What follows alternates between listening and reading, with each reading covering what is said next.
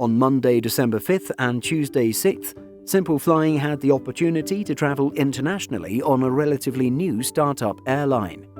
First departing from Mexico City's new Felipe Angeles International Airport, we were on board Arajet's flight to Santo Domingo Las Americas International in the Dominican Republic. In today's video, we look at the experience of going through this relatively new Mexican airport, as well as what it's like to fly with a brand new startup airline less than 3 months old. So if you're ready, let's get started. First off, let's go over the experience of Felipe Angeles Airport.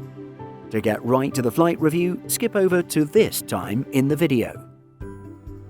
The Felipe Angeles Airport is quite lovely. It is a small hub. There were only 21 scheduled flights to leave on Monday, operated by 5 carriers, which makes it easier to navigate through. Our flight left at 10:55, so we arrived 3 hours earlier, not because we needed to, but because we wanted to tour the airport again. The lack of ground connectivity continues to be Felipe Angeles' primary area of concern. Unfortunately, getting to the new airport is almost impossible if it is not done by car, which reflects the costly taxi and Uber fares. Nonetheless, the Mexican government is working on adding more connectivity that will allow passengers to get to NLU easier, faster, and cheaper. We departed from Mexico City, from a place near the Mexico City International Airport, and it took us 45 minutes to get to the Felipe Angeles. Not bad. The last time our traveller was at the Felipe Angeles, the airport had just opened 3 days earlier. At that time, they'd flown with Mexican low-cost carrier Volaris on a domestic service to Tijuana International. In the first 3 months, the new airport only had 12 daily flights, 6 departures and 6 arrivals, and had a shockingly early closing time of 1500 hours. Now, in December, at the time of putting this review together, the airport has 214 weekly flights scheduled according to data by Cirium. It's come a long way, but it's not a 24-hour airport just yet, as the last flight departs at around 2000. Nonetheless, the airport is busier now. More restaurants and shops have opened their doors, including 2 priority pass lounges for passengers interested in having a more VIP experience. Fortunately, the queues for boarding and security remain short and easy to navigate, which boosts the passenger experience. The one major downside of this airport continues to be the lack of ground connectivity. That's something that needs to be addressed for the airport to become a genuine option for Mexican travelers. Another thing that needs to be addressed is the lack of travel options. As of December 2022, 18 cities, including 4 outside of Mexico, have direct connectivity from the airport. Only 11 have daily connectivity, with Cancun, Guadalajara, and Monterrey being the most served destinations. Inside the airport, there's a lack of commercial diversity. There aren't many food options and fewer retail stores. But what surprised us the most was the almost complete lack of currency exchange outlets. In fact, there was only one, and it was closed when our flight reviewer was passing through. While there are only a handful of international destinations, that's no excuse not to have currency exchange services for international travelers. Hopefully, as the airport grows and secures more airlines and services, these deficiencies will be addressed. Moving on to the flight portion of our video, Arajet is a low-cost carrier based in Santo Domingo's Las Americas International Airport, or SDQ, in the Dominican Republic. On Monday, December 5th, Simple Flying had the opportunity to travel with Arajet on board its flight DM4341 from Mexico City to Santo Domingo. We traveled on board the airline's Boeing 737 MAX 8 registered Hotel India 1026. The Dominican low-cost carrier is looking to create a hub in Santo Domingo. Arajet launched operations in September 2022. Similar to what Viva did at Medellin International Airport, Arajet is opening many international routes with low fares, employing Santo Domingo's advantageous geographic position as a north-south connector. Arajet's Boeing 737 MAX 8s have the capacity to carry 185 passengers in a two-class configuration. The first two rows have a 2-2 configuration. From row 3 and beyond, the layout is 3-3. We travelled on seat 3A and it was fabulous. The seat pitch on the third row is enormous and we would highly recommend it. However, the seat pitch in the other rows is nothing out of the ordinary. The airline has an order for up to 35 Boeing 737 MAX 8, employing Ryanair's 8200 variant.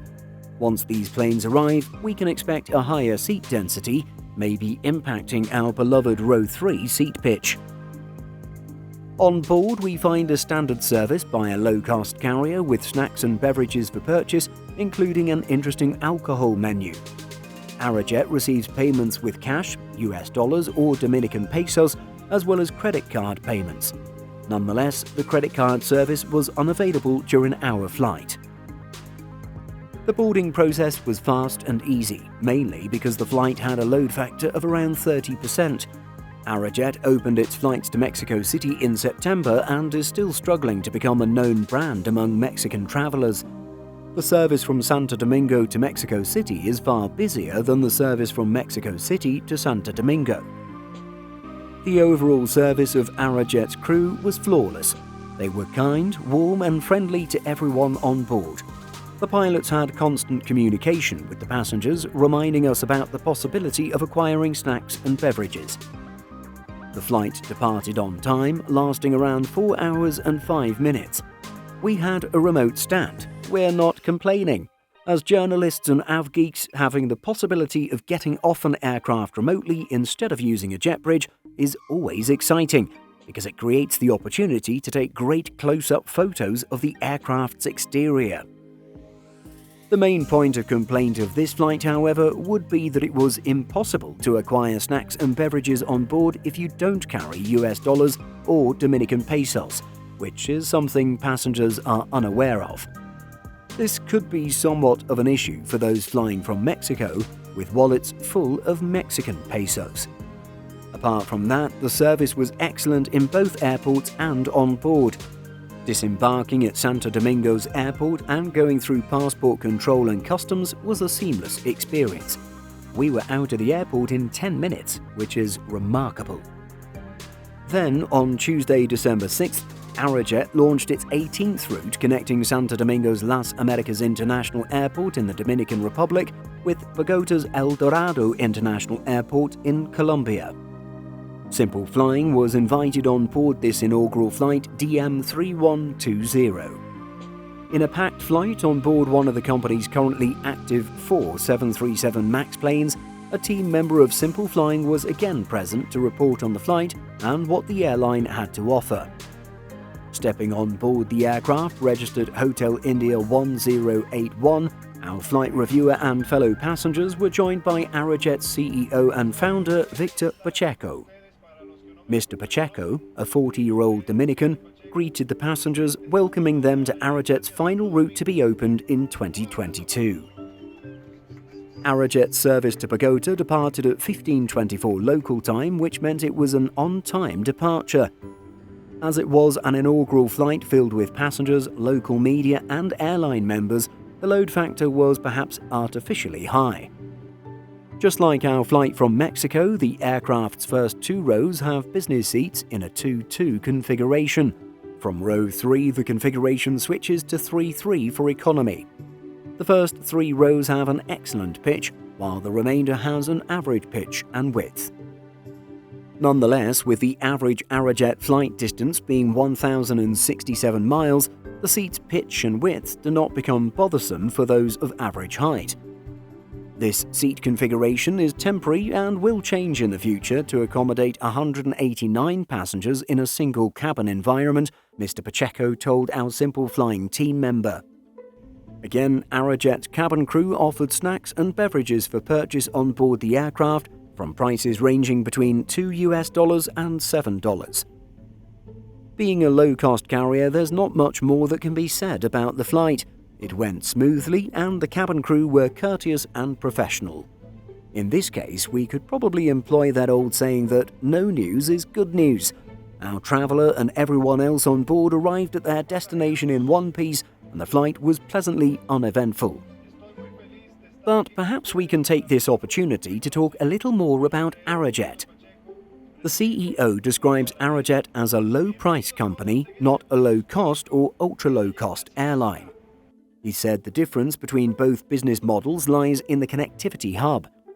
Unlike some of its low-cost peers in Latin America, such as Volaris and JetSmart, Arajet is looking to create a hub in Santo Domingo, and the foundations are already there.